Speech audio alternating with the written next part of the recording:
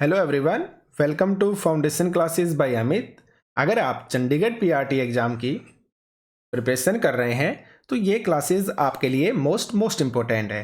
आज की जो क्लास है उसमें हम एसएसटी के जो मोस्ट इम्पोर्टेंट आपके क्वेश्चंस हैं उनको डिस्कस करने वाले हैं।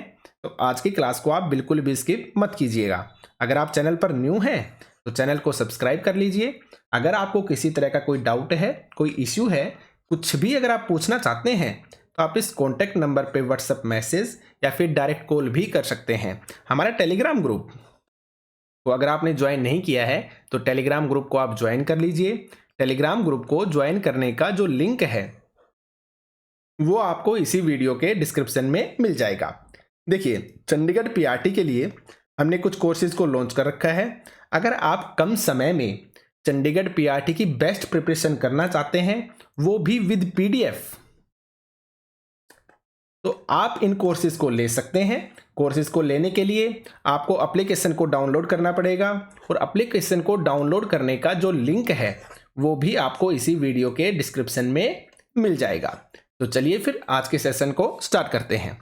देखिए, आपका फर्स्ट क्वेश्चन है, 1922 में किसने यह वक्तव्य दिया कि बोलने की आज़ादी, प्रेस की आज़ादी और आपके संगठन की आज़ादी। संगठन का मतलब हो गया यानी कि आपको संघ बनाने की आज़ादी है, आपको बोलने की आज़ादी है, आपको प्रेस यानी कि प्रिंटिंग की आज़ादी है। ये वर्ड किसने कहे थे और कब कहे थे? 1922 के अंदर। देखिए, ये जो क्वेश्चन है ना, ये मैं पहले भी करवा चुका हूं। ये आपका चंडीगढ़ पीआरटी के अंदर क्वेश्चन आ चुका है। तो आज हम जिन क्वेश्चंस को डिस्कस करेंगे ना वो आपके मोस्ट इंपोर्टेंट क्वेश्चंस हैं, याद रखिएगा आप। तो ऑप्शंस को देखिए आप, महात्मा गांधी ने, जवाहरलाल नेहरू ने, वल्लभ भाई पटेल ने या फिर सुभाष चंद्र बोस ने। तो इसका जो करेक्ट आंसर आएगा आप सबको पता है, करेक्ट आंसर क्या आएगा? Answer number first, Mahatma Gandhi. तो चलिए अब हम देखते हैं एक्सप्लेनेशन को। तो देखिए, हमारे जो नोट्स हैं जो मैंने आपको इस कोर्स के अंदर प्रोवाइड करवाए हैं, जो वीडियोज एंड कोर्स प्रोवाइड करवाया है, उसके अंदर मैंने हर इंपॉर्टेंट जो चीज़ है ना उसको इंक्लूड कर लिया है। हर इंपॉर्टेंट फैक्ट को मैंने इंक्लूड कर लिया है, ठीक है। तो इस क्वेश्चन को देखिए आप, गांधी जी ने 1922 में कहा। ये चीजें आपको नोट्स में मिल जाएंगे। ये नोट्स के ही स्क्रीनशॉट में आपने यहाँ पे लगाए हैं, याद रखिएगा आप, ठीक है। तो वाणी की स्वतंत्रता यानी कि बोलने की स्वतंत्रता, प्रेस की स्वतंत्रता यानी कि प्रिंटिंग प्रेस, न्यूज़पेपर, इनकी स्वतंत्रता, और सामूहिकता, सामूहिकता मतलब हो गया संघ बनाने की या फिर संगठन बनाने की जो स्वतंत्रता है वो किसने कहा था? ये कहा था गांधी जी ने। और कब कहा था? 1922 के अंदर। और एज इट इज ये आपका चंडीगढ़ पीआरटी के अंदर पूछा गया क्वेश्चन है, ठीक है। आगे बढ़ते हैं। छापाखाना प्रगति का सबसे ताकतवर औजार है, इससे बन रही आंधी में निरंकुशवाद उड़ जाएगा। ये शब्द किसने कहे? तो देखिए, अगर गांधी जी वाली बात पूछी जा सकती है, प्रेस से रिलेटेड, वाणी की स्वतंत्रता से रिलेटेड या सामूहिकता की आज़ादी से संबंधित, तो सीधा और सिंपल सा है, ये भी प्रिंटिंग प्रेस का क्वेश्चन है, तो ये भी आपसे पूछा जा सकता है। तो ये जो मैं आपको क्वेश्चंस करा रहा हूं ना, ये सभी हमारे नोट्स के अंदर अवेलेबल है। तो देखिए आप, छापाखाने प्रगति का सबसे ताकतवर औजार है, इससे बन रही आंधी में निरंकुशवाद उड़ जाएगा। ये शब्द किसने कहे हैं? तो ऑप्शंस को देखिए आप, महात्मा गांधी ने कहे, मर्सिये ने कहे, जवाहरलाल नेहरू ने कहे या फिर मेनोकिया ने कहे। तो ये जो आपका करेक्ट आंसर आएगा ना, आंसर नंबर बी आएगा। ये कहे मर्सिये ने, ये आपके फ्रांस के थे, ठीक है। कहां से थे? फ्रांस से थे ये। तो देखिए एक्सप्लेनेशन को देखते हैं हम। 18वीं सदी फ्रांस के एक उपन्यासकार लुई सेबेस्तिये मर्सिये ने, लुई सेबेस्तिये मर्सिये ने, और कहां से थे ये? फ्रांस से थे। और क्या थे? ये एक उपन्यासकार थे। और कब थे? 18वीं सदी के अंदर थे, ठीक है। इन्होंने घोषणा की कि छापाखाना प्रगति का सबसे ताकतवर औजार है, इससे बन रही जनमत की आंधी में जो आपका निरंकुशवाद है वो क्या होगा? आपका उड़ जाएगा। तो ये बात किसने बोली थी? मर्सिये ने बोली थी। तो ये सारी की सारी चीजें आपको याद रखना है, ठीक है। और मर्सिये ने इसके अलावा एक बात और भी बोली थी आपकी कि हे निरंकुशवादी सास को, अब तुम्हारे कांपने का वक्त आ गया है, ठीक है। ये चीज भी बोली गई थी, ठीक है। और ये जो आपको लोगो दिख रहा है ना, ये हमारे चैनल का लोगो है, तो इसलिए थोड़ा सा आपको पढ़ने में दिक्कत आ सकती है। ये सभी चीजें मैंने नोट्स में एकदम बेस्ट तरीके से प्रोवाइड करवाई है, ठीक है। तो आगे बढ़िए। जापान में छापे खाने का जो आगमन है वो किस देश से हुआ था? जापान में छापे खाने का आगमन किस देश से हुआ था? ऑप्शंस को देखिए आप, भारत से, चीन से, अमेरिका से या फिर जर्मनी से। तो इसका जो करेक्ट आंसर आएगा ना वो आएगा आंसर नंबर बी। कहां से हुआ था? आपके चीन से हुआ था, जापान में छापे खाने। छापे खाने का मतलब हो गया आपकी जो प्रिंटिंग प्रेस है ना, प्रिंटिंग प्रेस, जो प्रिंटिंग प्रेस है वो जापान में कहां से आई थी? चीन से आई थी, यानी चीन से आई थी जापान के अंदर आपका छापा खाना, प्रिंटिंग प्रेस, याद रखिएगा आप। ठीक है, देखिए एक्सप्लेनेशन को देखते हैं हम कि जापान में मुद्रण, तो चीनी बौद्ध प्रचारक, यानी कि चीनी के जो लोग थे, बौद्ध जो धर्म का प्रचार कर रहे थे चीन के लोग, तो चीनी बौद्ध प्रचारक कब 768 से 770 ईस्वी के आसपास छपाई की तकनीक लेकर जापान आए थे। तो मिल गया आपको आंसर। तो कहां से आई थी? आपकी चीन से आई थी। कौन लेके आए थे? जो बौद्ध प्रचारक थे ना, वो अपने साथ लेके आए थे। और जापान की सबसे पुरानी 868 में जो छपी पुस्तक है उसका नाम है डायमंड सूत्र। क्या नाम है? डायमंड सूत्र। किसका नाम है? जापान की सबसे पुरानी पुस्तक का नाम है, जो कब छपी थी? 868 ईस्वी के अंदर छापी गई थी, याद रखिएगा आप। आगे बढ़ते हैं। यूरोप में मुद्रण कला को चीन से लेकर कौन आया था? अब देखिए भाई, ठीक है, जापान में आई, चीन में आई, अब बात आ रही है यूरोप में। तो जो यूरोप में आपकी मुद्रण कला है, जो आपकी प्रिंटिंग की जो कला है, मुद्रण कला का मतलब क्या हो गया? प्रिंट करना किसी चीज को। तो जो आपके प्रिंटिंग की जो कला है वो यूरोप में चीन से कौन लेकर आया था? यानी कि इतना तो पता है कि यूरोप के अंदर भी कहां से आई थी? आपकी चीन से आई थी, लेकिन चीन से यूरोप में लेके कौन आया था उसके बारे में आपसे पूछा गया है। ऑप्शंस को देखिए आप, मार्टिन लूथर, गुटेनबर्ग, इरेस्मस या फिर मार्को पोलो। तो इसका जो करेक्ट आंसर होगा ना, वो होगा आंसर नंबर डी। कौन लेके आया था अपने साथ? मार्को पोलो लेके आए थे। ठीक है, एक्सप्लेनेशन को देखते हैं हम। यूरोप में मुद्रण का आना, देखिए मैंने हेडिंग भी ऐसे ही बना के डाली है, एक एक वन लाइन के तौर पे आपको हर एक चीज कोर्स के अंदर 100% मिलेगी, और ये सभी चीजें आपके 100% एग्जाम में भी आएंगी, याद रखिएगा आप। तो सदियों तक चीन से रेशम और मसाले रेशम मार्ग से यूरोप आते रहे थे। 11वीं सदी में चीनी कागज भी उसी रास्ते वहां पहुंचा। तो अगर आपसे पूछा जाए ना कि जो चीनी कागज है वो यूरोप में कब पहुंचा था, तो 11वीं सदी के अंदर पहुंचा था। कब पहुंचा था? 11वीं सदी में। और इस टाइप के क्वेश्चंस पूछे जाते हैं, याद रखिएगा। कागज ने कातिबों या मुंशियों द्वारा सावधानी पूर्वक लिखी गई पांडुलिपियों के उत्पादन को मुमकिन बनाया। फिर 1295 में, कब? 1295 में मार्को पोलो नामक महान खोजी यात्री चीन में काफी साल तक खोज करने के बाद इटली वापस लौटा। तो आपको याद रखना है, जो मार्को पोलो है इनका संबंध कहां से है? इटली से है। कब की बात की जा रही है? 1295 के अंदर काफी साल तक चीन में रहे, वहां पे खोज की, और उसके बाद कहां पे पहुंचे? आपके इटली पहुंचे थे। तो जो यूरोप में मुद्रण जो आया था, कौन लेके आया? आपके मार्को पोलो लेके आए थे, याद रखिएगा।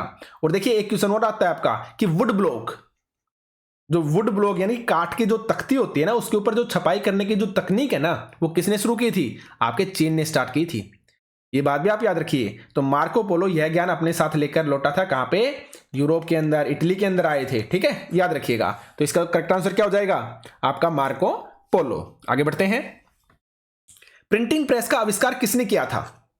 प्रिंटिंग प्रेस का जो आविष्कार है वो किसने किया था? ऑप्शंस को देखिए आप, मार्टिन लूथर ने, गुटेनबर्ग ने, मार्को पोलो ने, या फिर इनमें से कोई नहीं। तो ऑप्शंस को देखिए आप फिर से, Martin Luther, Gutenberg, Marco Polo, या फिर इनमें से कोई नहीं। तो यहां पे जो आपका करेक्ट आंसर होगा ना, वो होगा आंसर नंबर बी। किसने किया था? गुटेनबर्ग ने किया था। प्रिंटिंग जो प्रेस है उसका आविष्कार किसने किया था? गुटेनबर्ग ने किया था। तो अब हम देखते हैं हमारे नोट्स में दिए गए चीजों को। तो देखिए आप, जैतून प्रेस, इन्होंने एक जैतून प्रेस बनाई थी।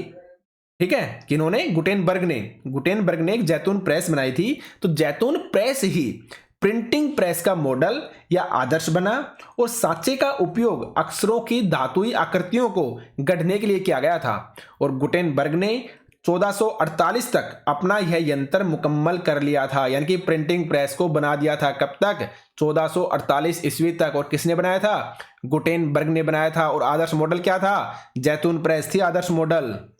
ठीक है, याद रखिएगा। जो प्रिंटिंग प्रेस बनाने का जो मॉडल था या जो आदर्श बना, कौन बना था?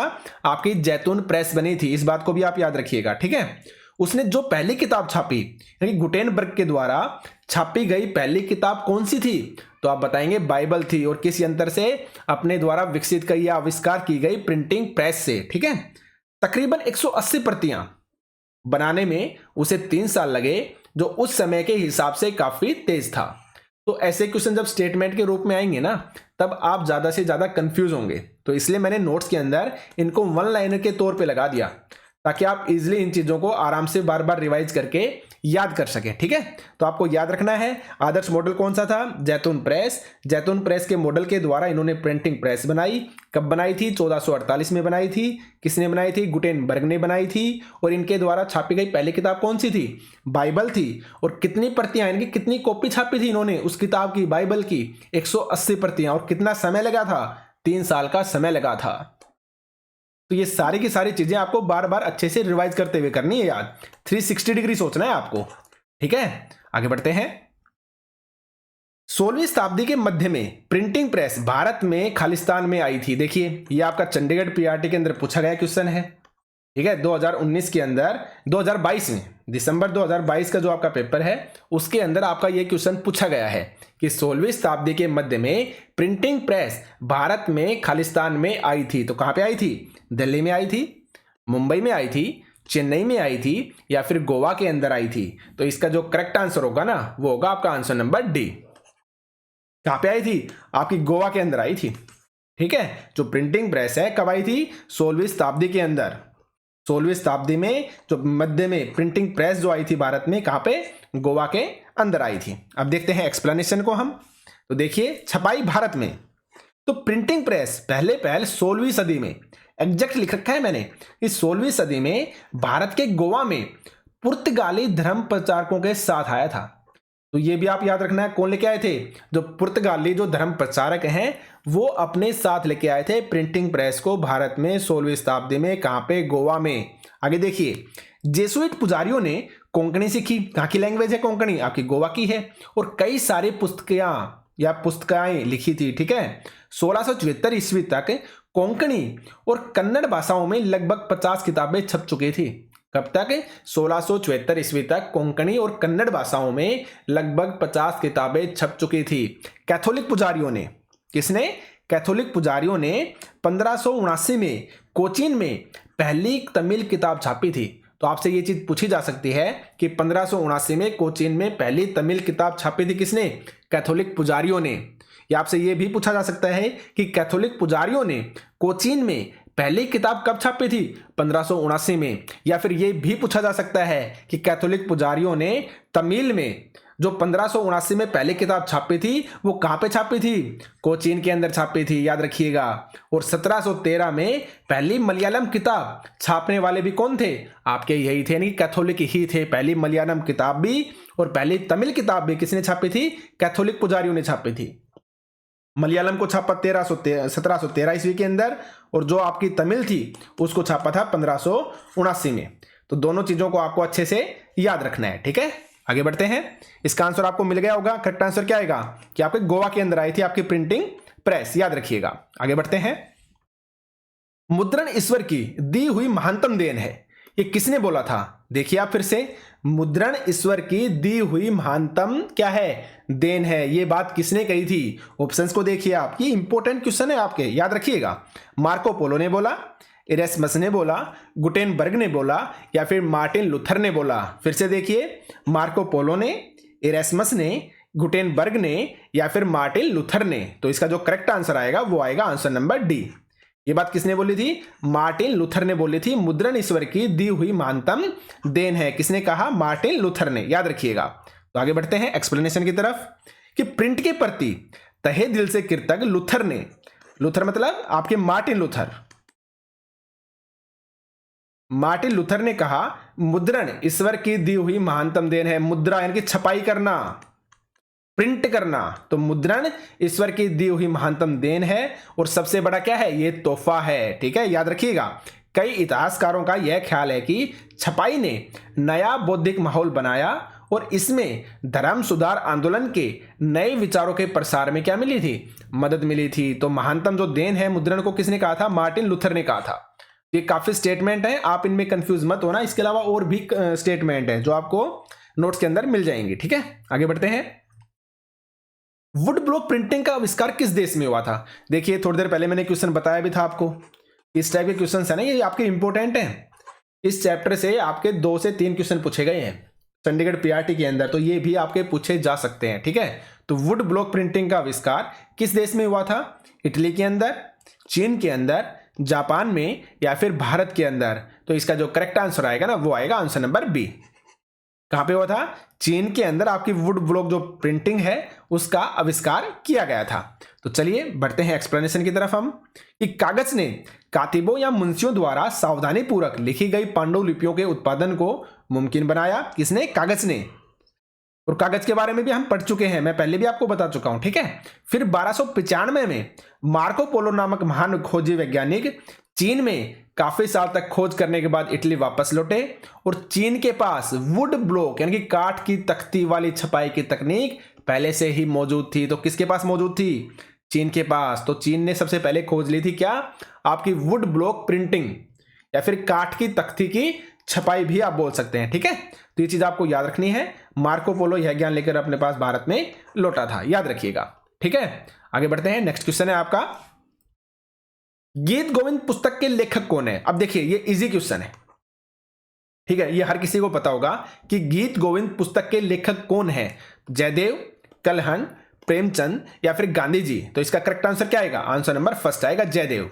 लेकिन यहां पे ये क्वेश्चन डालने का मतलब मेरा ये नहीं था। तो जो गीत गोविंद आपकी जो पुस्तक है ना वो किस शैली के अंदर लिखी गई थी, ये मेन क्वेश्चन है।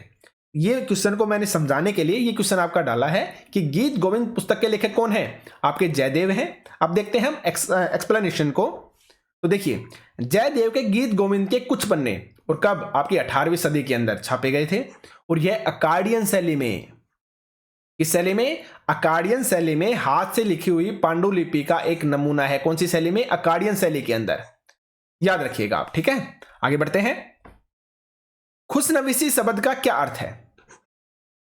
खुशनवीसी जो शब्द है इस शब्द का क्या अर्थ होता है, यह आपसे पूछा गया है और यह आपको बताना है, ठीक है। तो खुशनवीसी शब्द का अर्थ क्या है? सुंदर लेखन है, ऐसी लिखाई जो आपके समझ में न आए यानी कि स्पष्ट ना हो, अस्पष्ट।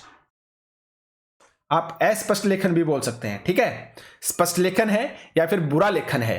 तो इसका जो करेक्ट आंसर आएगा ना वो आएगा आपका आंसर नंबर फर्स्ट, खुशनवीसी, जिसे बोलते हैं हम कैलीग्राफी। कैलीग्राफी, और कैलीग्राफी को इंग्लिश के अंदर जो वन वर्ड है उनके अंदर मैं करवा चुका हूं नोट्स के अंदर प्रॉपर तरीके से। मैंने ये चीज पता नहीं कितनी बार बता रखी है कि कैलीग्राफी का मतलब होता है आपकी अच्छी लिखाई, सुंदर लेखन, ठीक है। तो इसका जो करेक्ट आंसर होगा वो होगा आपका आंसर नंबर फर्स्ट। खुशनवीसी का मतलब होता है आपका सुंदर लेखन। एक्सप्लेनेशन को आप देख सकते हैं। देखिए, खुशनवीसी, खुशनवीसी का मतलब होता है सुलेखन, सुलेखन का मतलब होता है आपका सुंदर लेखन, अच्छा लेखन, याद रखिएगा। और इसको इंग्लिश में हम बोलते हैं कैलीग्राफी, जो मैं आपको इंग्लिश के अंदर वन वर्ड के अंदर कई बार बता चुका हूं, ठीक है, काफी बार बता चुका हूं, ये चीज मैं करवा भी चुका हूं।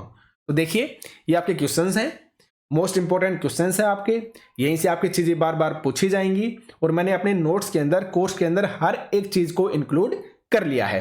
तो अगर आप कोर्स को परचेज करना चाहते हैं तो आप एप्लीकेशन को डाउनलोड कीजिए।